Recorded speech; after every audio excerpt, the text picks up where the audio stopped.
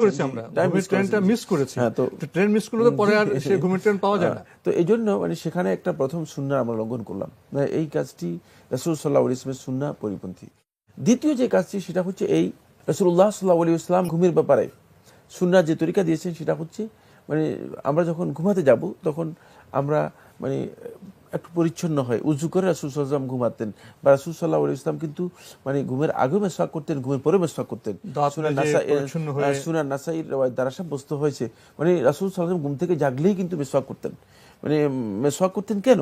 মানে এমনি মেসওয়াক করতেন না, মানে যাতে পরিচ্ছন্নতার মানে দিকটি আছে। এরপর রাসূল সাল্লাল্লাহু আলাইহি ওয়াসাল্লাম যে শুইতেন, শোয়ার আরেকটি আদব ছিল রাসূল সাল্লাল্লাহু আলাইহি ওয়াসাল্লামের, সেটা হলো তিনি ডান দিকে শুইতেন, ডান কাত হয়ে শুইতেন।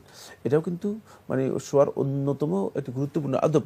আর এই আদবের মধ্যে আধুনিক বিজ্ঞান এটা প্রমাণ করেছে যে দেখা যায় যে ডান দিক দিকে শুলে যেমন মানুষের বাম দিকে হার্ট রয়েছে, মানে এই চাপটা হার্ট মানে হার্টের উপর পড়ে না এবং সেটা হার্টটা রিল্যাক্স থাকে, মানে এই বিষয়টি বলা হয়েছে। এই জন্য রাসূলুল্লাহ সাল্লাল্লাহু আলাইহি ওয়াসাল্লাম সুন্নাহ যেটা ঘুমের মধ্যে, সেটা আমরা অনেকেই না বুঝে আসলে মানে ঘুমকে আমরা নিজেদের ডিজাইনে সাজানোর চেষ্টা করছি। মানে যদি আমরা সুন্নাহর তরিকা অনুসরণ করি তাহলে কিন্তু এটা আমাদের জন্য একটা কদওয়া হবে, মডেল হবে, যে মডেলের মধ্যে আমাদের সকল দিক থেকে কল্যাণ রয়েছে, সেটা আমাদের দ্বীনের দিক থেকে কল্যাণ রয়েছে এবং দুনিয়ার দিক থেকে কল্যাণ রয়েছে, সেটা আমরা পালন করার জন্য চেষ্টা করব।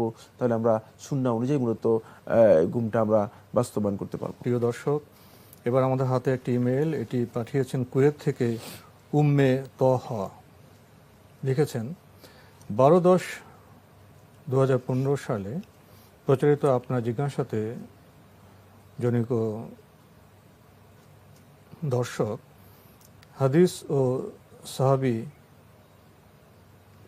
রাদিয়াল্লাহু তাআলা আনহু সম্পর্কে যে প্রশ্ন করেছেন তা অত্যন্ত গর্হিত ও গ্রহণযোগ্য। আমি এর তীব্র প্রতিবাদ ও নিন্দা জানাচ্ছি।